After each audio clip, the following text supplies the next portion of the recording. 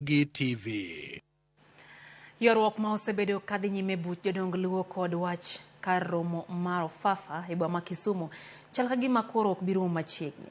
Mabang' kweth ariyo mag jodong luo kawuono nodhi Ofafa e okenge opogore kamoro oramo ni en ker mar luo.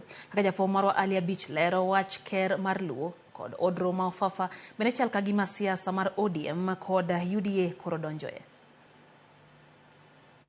Yuarruok pod bedo mana gedore bujo jodong luo e wach ker mar luo kod wach kar romo ma Ofafa manitie boma ma Kisumu ka odiochieng' ma kawuono kweth jodongo ariyo machiel ne otelnegi kod jaduong' Nyandiko Ngade kod jaduong' Odonge Randa ne odhi e kar romo ne okenge ma opogore. Jaduong' Nyandiko Ngade kod Lange ema nokwongo chopo e kar romo ma Ofafa ka achiel kod kweth rowere moko kendo ya Ofafa ma odonje iye ka oramo ni en kod ratiro mar tayo tijene kar romo no nikech en ker mar luo. Unewego Ofafa.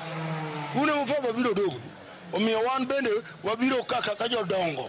Moa Siaya, o Migori, o Homa Bay, o Kisumu. Mondo ung'e ni kik ng'ato kikitu ni no Ofafa saikaw. Ofafa los maber gi joluo. En mwandogi mabiro ritogi nyaka chieng' moro gika magike. Ofafa is on list. And the Council of Elders are the right people who are doing the protection, and we are continuing to do the same. Exactly. Therefore, we came here to confirm to you that Ofafa is being taken care of by the Luo Council of Elders under Nyandiko Ngade. Jasiasa mar UDA Odoyo Wede mana ne kod jaduong' Nyandiko Ngade e kinde mane odonjo e kar romo ma Ofafa ne okoni nyaka luor chik mar doho ewi kar romo no kane oramo ne jaduong' Nyandiko e ker mar luo ma chik opuodho. Wasebet kwagalo nyithi luo ni wan wagore ne ratiro mag oganda to kwagore ne ratiro mag oganda ni court orders nyaka luw nikech en e chik. Court order mawacho no Ofafa Hall nyaka bedie lwet Council of Elders mondik nying ka registrar of persons. Mano be nyaka bed obeyed. Mano be nyaka tigo. Bang' mano to jaduong' Odonge Randa ne omolo e kar romo no ka en kod kweth jodongo masire lwedo ka achiel kod kweth rowere moko kendo oseyo malit mokalo jaduong' Nyandiko Ngade mane okoni onge kod ratiro mar donjo e kar romo ma Ofafa ka okoni en ker mar luo ma ok onyal yie mondo jaduong' Nyandiko ochako donjo e kar romo no. Tarik 2 dwe mar 7 higa mokadho Homa Bay ema noyiere Odonge Randa ker mar luo. Tarik 22 dwe mar 12 higa mokadho emancho kuong'a mondo abed jaduong' mar luo e piny mangima. Koro jo andhokegi to wakanye gi riekogi.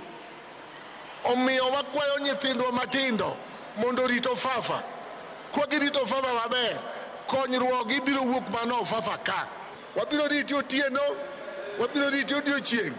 To akwero Nyandiko owe ng'ado miriu moduo koni nobiro ketho ji koni. Josiasa mag ODM manodhi kod ker Odonge Randa e kar romo no ne okoni en manoyiere kaka ker mar luo kendo ok onyal yie mondo jodongo motelnegi kod jaduong' Nyandiko Ngade ochako nyon kendo kar romo no. To wan kaka jo ODM wawacho ni kane en wach mar Ofafa to reflectors mag UDA to dwaro ang'o Ofafa nikech Ofafa en gir joluo kendo ker ma joluo manyicha norwaki ayanga odiochieng' en Odonge Randa. Omiyo this property wan kak wang'eyo en ma joluo under stewardship mar Odonge Randa. Nyo wasebedo gi kwe, nyo wasetemo tayo gi mondo wabed gi kwe, to moloyo nyithiwa matindo magikawo gibiro gimiyo kong'o to kod pesa mondo bika wakone gaming'a jarach. Ali Abich, Ramogi TV, Homa Bay. Kora mga jong enda kapro